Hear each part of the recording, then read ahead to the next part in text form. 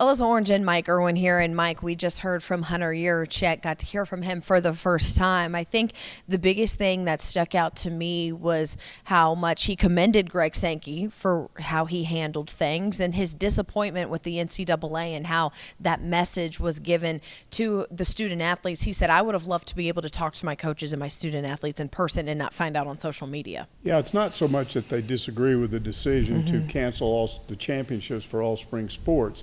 It's that they should have given the various conferences a heads up and let them talk to their athletes before this popped up on social media. And he said even I, the athletic director, hit the ground, landed in an airplane, get out, hit the ground, and find out this has happened. That's the way I found out, was through social media.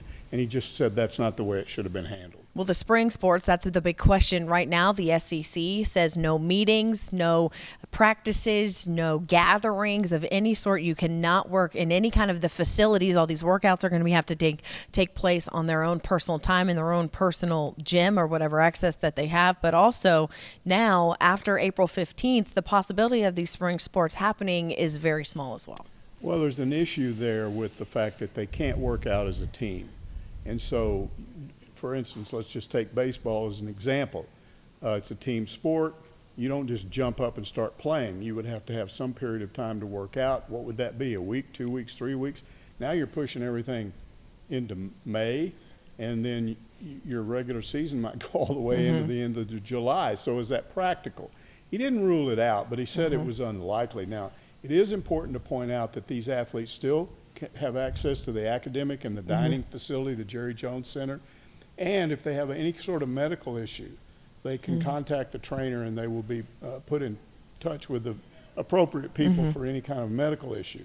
But the football players, for instance, won't be able to lift weights, won't be able to run within the facility. They would have to do all that stuff on their own. And then, of course, you talk about spring football. That's something that there are schools around the country, they've already started spring football. So how do you make it an even playing field? He's hoping that they can get some kind of extension from the NCAA to allow all programs to have a full spring football. Again, I think he's optimistic because some schools have already done it.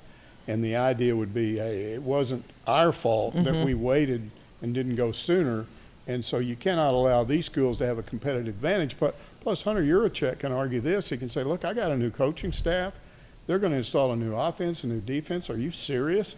We're supposed to just start in August and expect there to be a level playing field? We need time to expose these guys to what we're going to be doing. So, for instance, if we could do this all during the month of June, take a month off, then come back, that would be fine. Yeah, it'll be interesting to see. But again, a very uncharted waters right now in the world of college athletics. He also said that he has an 11 a.m. conference call with all the other SEC athletic directors every day from here until the foreseeable future, just because this is so fluid and things are constantly changing. Exactly.